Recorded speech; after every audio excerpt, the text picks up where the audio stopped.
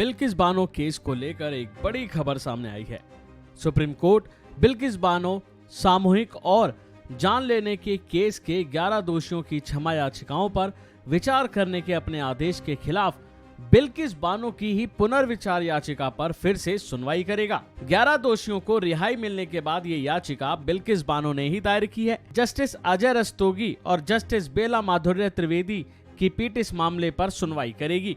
जानकारी के मुताबिक ये मामला बहुत सुर्खियों में रहा और अब supreme court Bilkis Bano case के 11 दोषियों की क्षमा याचिकाओं पर विचार करने के अपने आदेश के खिलाफ बिल्किस बानो की ही पुनर्विचार याचिका पर फिर से सुनवाई करेगा। गुजरात सरकार की सिफारिश के बाद 2002 में बिल्किस बानो से सामूहिक दुष्कर्म के बाद उनके परिवार के सदस्यों की जान लेने के मामले में दोषी पाए गए इन 11 लोगों को मुंबई की अदालत ने उम्र कैद की सजा सुनाई थी। इसके बाद ये मामला ऊपर की अदालतों में पहुंचा और उन्होंने भी इस सजा को बरकरार ही रखा था। लेकिन इसी साल उनको आजादी के अमृत महोत्सव के उपलक्ष्य के समय गुजरात सरकार ने पूर्व रिहाई का लाभ दे दिया। रिहाई के इस आदेश को पहले किसी तीसरे पक्ष ने सुप्रीम कोर्ट में चुनौती दी। इसके बाद खुद बिल्किस बानो ने याचिका दायर कर दी।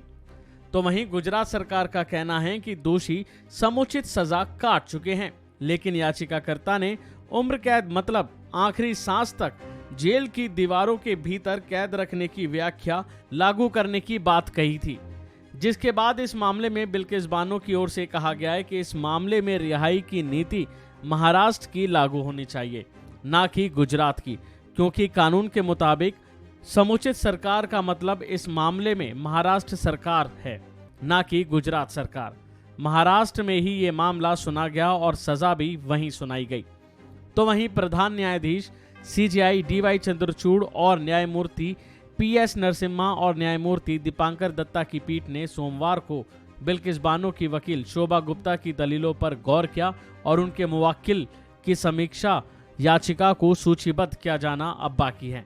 इसी पर सीजेआई ने कहा कि वह जल्द ही याचिका को सूचीबद्ध करेंगे और एक तारीख तय करेंगे, वह इसकी जांच करेंगे। जाहिर है कि फरवरी 2002 में गुजरात में दंगे भड़क उठे थे, जिसमें सामने आया कि बिल्किस बानो और उनका परिवार जहां छिपा था, वहां 3 मार्च 2002 को 20-30 लोगों की भीड़ ने तलवार और लाठियों से हमला कर दिया था। उस समय बिल्किस बानो 5 महीने की गर्भवती थी। इतना ही नहीं, उनके परिवार के 7 सदस्यों की जान भी ले ली थी और बाकी 6 सदस्यों ने वहां से भागकर अपनी जान बचाई थी। और तब से लेके अब तक वो इस केस को लड़ती आ रही हैं। इस केस में आरोपियों को सजा भी हुई और वो दोषी छूट भी गए, और जहां ये खबर बहुत चली थी कि उसके बाद उनका स्वागत भी किया गया। लेकिन अब इस मामले में फिर से क्या सुनवाई होती है, ये देखने वाली बात होगी। अभी के लिए फिलहाल इतना ही। खबरों में बने रहने के लिए देखते रहिए वन इंडिया हिंदी।